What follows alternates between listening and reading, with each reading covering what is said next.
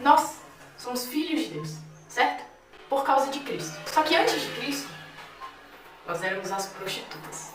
Ei, eu tenho uma coisa muito importante pra falar aqui. Eu preciso que você preste muita atenção até o final desse vídeo, tá bom? Ele pode mudar completamente o seu entendimento sobre algumas coisas. Nós somos filhos de Deus, certo? Por causa de Cristo. Só que antes de Cristo, nós éramos as prostitutas. Nós éramos todos prostitutas. Que? Como assim? Você tá arrumando?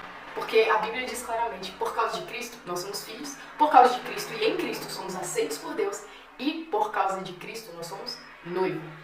Nós somos noiva de Cristo. Mas isso somente por Cristo. Assim como a prostituta antes, assim como, por exemplo, Maria Madalena da Bíblia, ela era conhecida como prostituta. Mas ela andou com Cristo.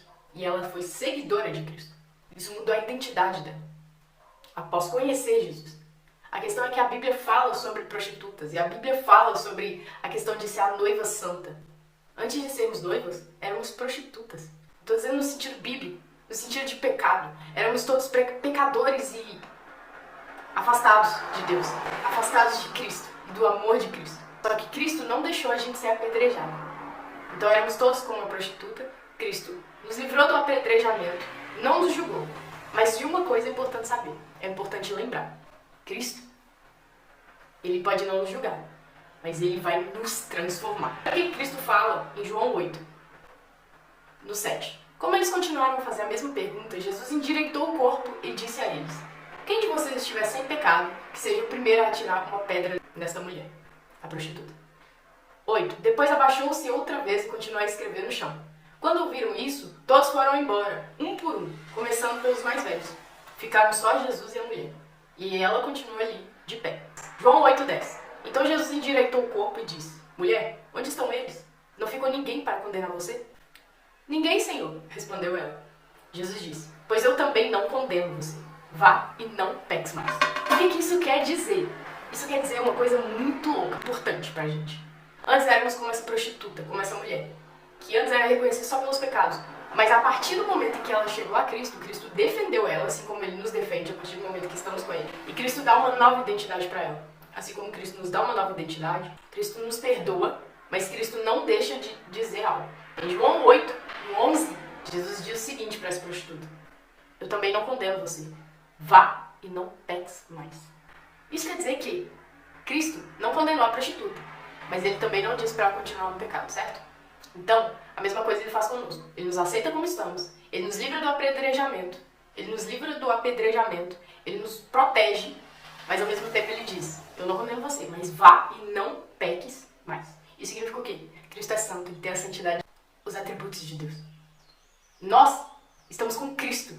Nós agora, em Cristo, somos aceitos por Deus, somos filhos de Deus, somos noivas de Cristo. E Cristo nos pede para sermos uma noiva santa. Temos que buscar santidade.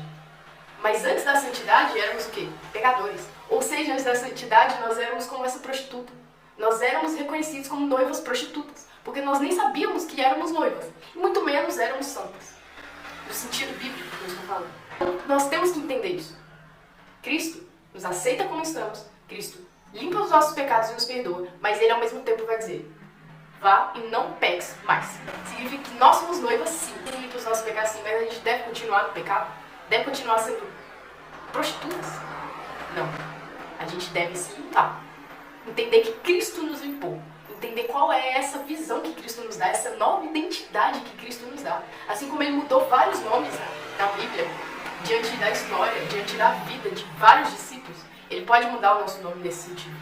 Ele pode nos dar uma nova identidade. Sabe por que Ele mudava os nomes? Porque cada letra ali representava um significado de uma nova identidade diferente. Então, Ele coloca mais dele em nós, Ele muda a nossa mente, Ele muda o nosso coração, Ele muda a nossa identidade. Nós não somos mais reconhecidos como a prostituta, pelo contrário, nós somos reconhecidos como noivas de Cristo, como filhos de Deus, assim como Cristo é.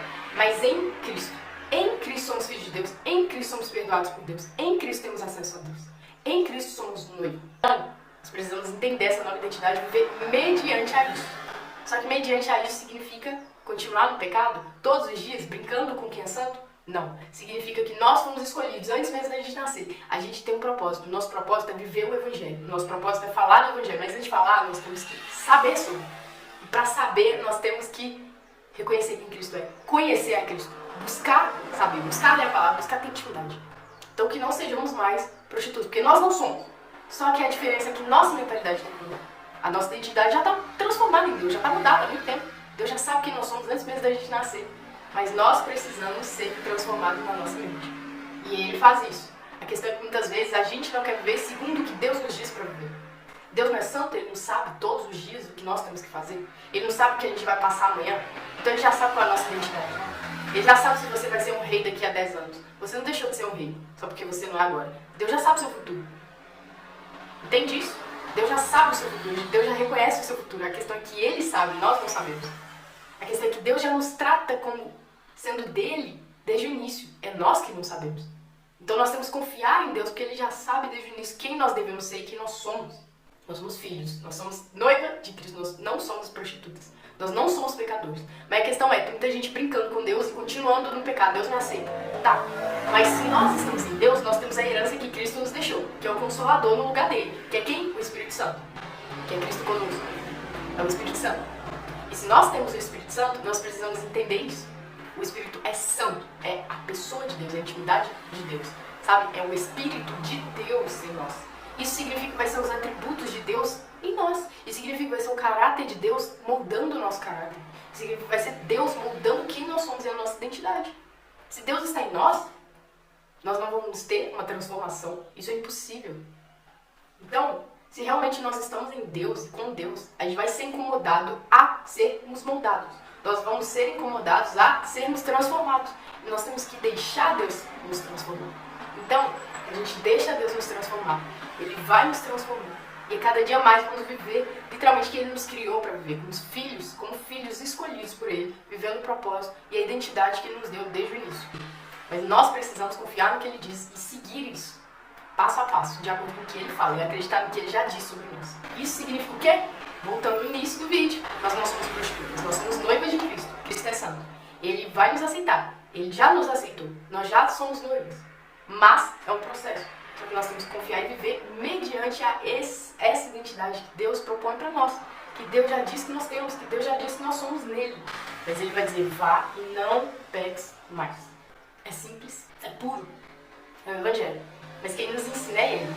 Nós precisamos estar perto dele para a gente aprender e viver o Evangelho. Bora viver o Evangelho puro e simples, com Ele ensinando, mas buscando essa intimidade, buscando conhecer quem nos ensina, quem nos molda, quem nos guia. Nós precisamos conhecer para depois frutificarmos isso tudo. A gente quer fazer muitas coisas, mas a gente precisa vivenciá-las primeiro para depois dar para as pessoas o que nós vivemos. Então esse é o vídeo. Curte, compartilha, se inscreve no canal. Comenta aí sobre algum assunto que você gostaria ou o que você achou do vídeo. Tamo junto e